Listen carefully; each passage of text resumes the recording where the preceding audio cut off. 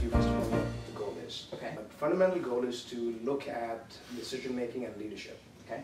And what we find is that typically people associate intelligence with success. Mm-hmm. And as you know, intelligence cannot be changed. So in a sense, people think, well, you know, Aman has got a degree from Stanford. He's got a Harvard law degree. Mm-hmm. He's been in investment banking. He's been with McKinsey, Yeah. right? Yeah. So, well, he was supposed to be. He's like a poster boy of success. Yeah. You know, that's the kind of thing that kids typically look up to and say, I want to be like that. Yeah. Right. But then, if they're not that intelligent as schools have you believe sometimes, Yeah. then they think, well, I can't do that. Yeah. On the other hand, we look at Warren Buffett, and he's intelligent, but you know, not a genius. Mm-hmm. There are many other investors who've got the same intelligence, same knowledge, same information, everything the same, but nowhere near success. Yeah. So what we want to get at is, has success been easy to you just because you are super intelligent, as some of your peers say? Mm-hmm. And I've heard Tom write, Mm-hmm. you know, he's one of the smartest and the most intelligent person at eBay. Okay. So has it just been given to you as a gift? No, I don't think it has. I do think intelligence is very helpful, but it's not enough to ensure success. I think, at least in my case, success has been a function of at least 3 or 4 different things. One has been intelligence, critical problem solving, being able to get to the answer on whatever you're working on and being good at what you're doing. It's also been driven by an ability to interact with other people, to influence those around you, especially in a company, in a big company. You have to be able to do that, work well with others.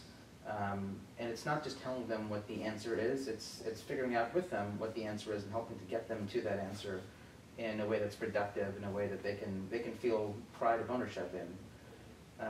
It's also been, I think, a function of some good fortune, being in the right place at the right time, being able to find the right opportunities, and being willing to take some risk to capitalize on those opportunities. And so I think all those things have worked together to make me successful. It has also been very important, at least in my case, to work very, very hard at what you want to do, and to persevere. It's not often that success comes on the first swing. Different roles. I've had different roles in this company. Some have been more successful than others. None of them have been successful right out of the gate. They've all required diligence and perseverance. And I think with a lot of work, plus some combination of intelligence and competence, and some combination of ability to work with and influence others, that seems to be a very successful formula for success. And that includes a whole plethora of attributes, and that's true. Yeah. When we start to look at specifics, you know, we will find that, you know, some people who are very intelligent, success tends to come easy to them. Yeah. Right. And so, in that sense, the gap between ability and achievement is limited, because perhaps maybe they're not challenged enough. Yeah. So, in that sense, have you felt challenged? Have you experienced certain challenges that have made you a better person?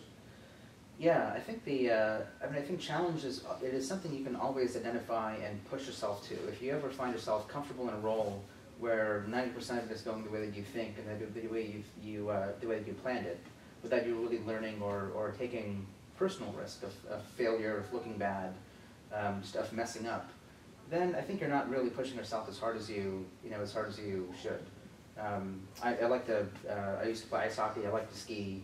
And there's a pretty famous idiom with skiers: if you don't fall on any given day, you're probably not trying enough new stuff to get better as a skier. And anyone can ski the easy slopes and do with enough practice and not fall and have a pretty good day on the slopes. To really, I think, push yourself and challenge yourself, you want to ski the blacks, and you want to push yourself into other areas you don't know a lot about. In my case, I began on the PayPal side of the business, felt like I knew that business really, really well. And ran their financial planning team. And about 1.5 years ago, the CFO of eBay, Bob Swan, told me, you should move over to eBay Marketplace.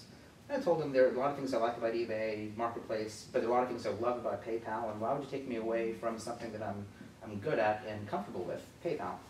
And Bob basically said, because you're comfortable with PayPal, it's exactly why I want to take you away. I want to see how you do when you're not the subject matter expert, where you have to rely on others, you have to learn from others, it'll be good for you, he says to me, it'll be good for me, he says about himself, because I'm training one of my executives to do something that pushes them, that teaches them, that learns them.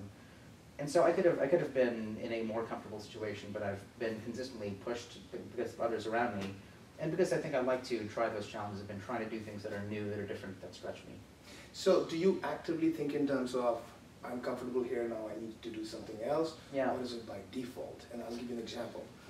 There are several people that I consult with, including some CEOs of mid-sized companies. Yeah. And one thing you find is several of them are entrepreneurs, Yeah. and something worked very well, they've been successful. Yeah. But then they stagnate. Yeah. And they want to try several things, they pay lip service to it, but never move past the lip service.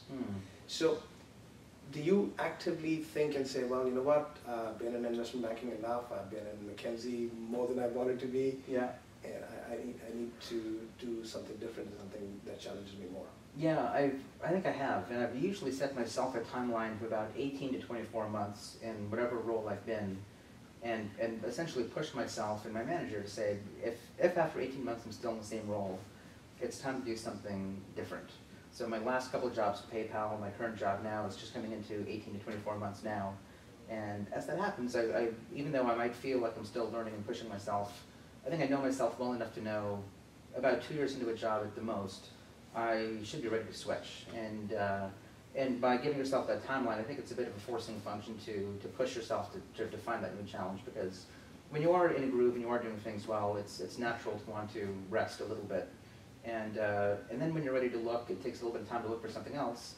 And so if you wait for too long, you could end up in a situation where while you're looking, you're in a either a stagnant position or just not learning as fast as you should. So if you set yourself a timeline and you say to yourself, whatever I feel 18 months in, at that point I'm going to start looking for something else. I think that's a pretty good way to set yourself a continual moving target that will keep making you better. So is that what you tell your mentees, that you've got to have a plan, you got to have a roadmap to assess yourself against and keep moving forward? I usually do, and I usually tell them 2 years is about the right amount of time. If you're in a finance role, in particular at a company like this, inside of 2 years you can learn just about everything there is to know about that role. And so when we set career plans, or when we look at folks on the team and try to give them advice, we usually tell them, follow this timeline, think about the next 2 to 3 roles ahead of you, think about it a year in advance or more than a year in advance, and make sure you're meeting the right people, creating the right network, learning the right skills, so that when the time comes for me to tap you on the shoulder, you're ready to go. So you have a roadmap for it?